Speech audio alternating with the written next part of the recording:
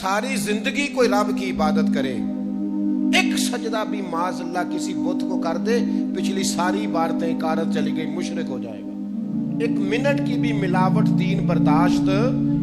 समझौता कैसे कर लेते हैं लोग उसूलों पर? न करें समझौता। आप जरा खड़े होना सीखें, आप थोड़ा डटना सीखें, आप थोड़ा अपना मोराल बुलंद करें।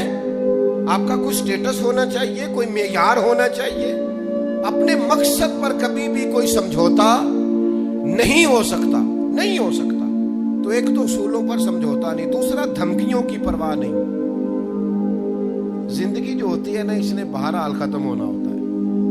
तो अगर कोई शख्स अपने नेक, जायज और दीनी मकसद के रास्ते में धमकियों की परवाह करने लग जाए, वो ख्याल ही ना करे कि मैं दीन बयान कर रहा हूं और फिर 2-4 बातें पूरी हुई नहीं और वो डर जाए, तो वो कमजोर पड़ जाएगा।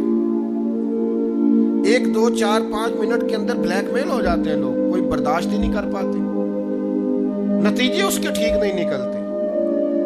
ये काम भी कुफार ने किया। नबी पाक अलैहिस्सलाम ने ऐलान नबुव्वत किया तो सिलसिला जब आगे चला तो एक टाइम ऐसा आया कि सारी बरादरी इकट्ठी होके जनाब अबू तालिब के पास आ गए। यही चचा थे जो हुजूर की हर हवाले से तरफदारी भी करते थे, हिमायत भी करते थे। वो आए, आके जनाब अबू तालिब से कहा कि यहाँ तो आप अपने भतीजे को मना करें, वो हमारे माबूदों को बुरा भला कह के हमारे जज्बात को ठेस पहुंचाते हैं माज़अल्लाह, या फिर आप तैयार हो जाए हमसे जंग करने के लिए। और शदीद अंदाज में बात की। जनाब अबू तालिब ने एक दफा तो टाल दिया, वो दूसरी दफा फिर आ गया, आपसे कहा था पर आपने बात नहीं की। आप देख लीजिए, या आप हिमायत छोड़ दें, हम जाने वो जाने। और शदीद धमकी दी उन्होंने। जनाब अबू तालिब अब बूढ़े थे और फिर ये कि सारी बरादरी, उन्होंने नबी पाक अलैहिस्सलाम को बुलाया, सरकार तशरीफ लाए तो कहा भतीजे मैंने हर मौके पर आपकी मुकम्मल हिमायत की है, मैं सारी बरादरी का बोझ नहीं उठा सकता, आप अपने कबीले के साथ बैठ के बात कर लें। और वो कह रहे हैं कि यहाँ तो आप बाज आ जाए, यहाँ फिर जंग होगी। तो ये मेरे रसूल पाक अलैहिस्सलाम का मकसद के लिए अज़्म है।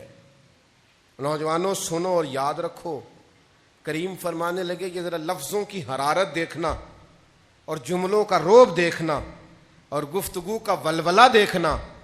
करीम फरमाने लगे चचा ये मेरे सीधे हाथ पर सूरज ला के रखें और दूसरे पर चांद ला के रखें तो दीन की तबलीग फिर भी नहीं छोड़ूंगा, कहता रहूंगा ला इलाहा इल्लल्लाह।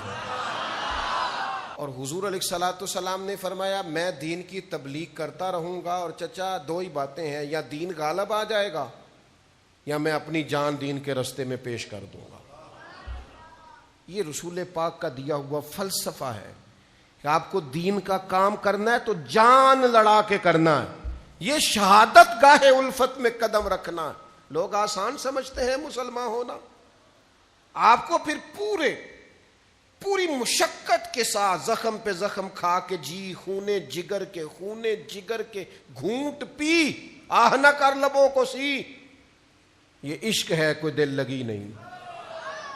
चुप कर कोई गिला ना करना, शिकवा ना करना, किसी किस्म का लफ्ज जुबान पे एतराज का ना लाना। ये इश्क है, कोई दिल लगी नहीं।